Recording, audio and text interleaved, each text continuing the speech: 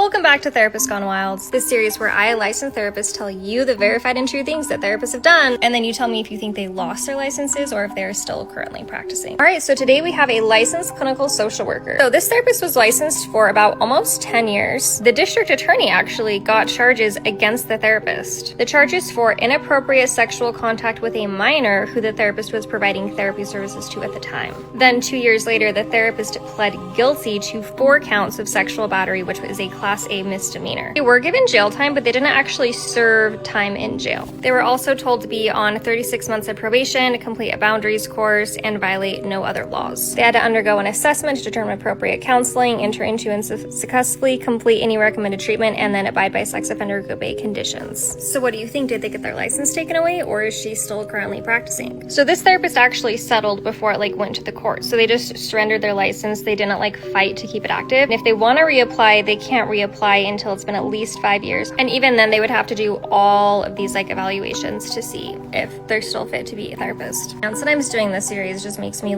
so disappointed in the choices that people in our profession are making. But if you're a new therapist, hopefully it makes you feel less paranoid about getting your license revoked for any little tiny infraction. And you can see the things that people are actually getting their licenses surrendered or revoked for. So as always, I hope it's helpful, and come back next week for another episode of Therapists Gone Wild.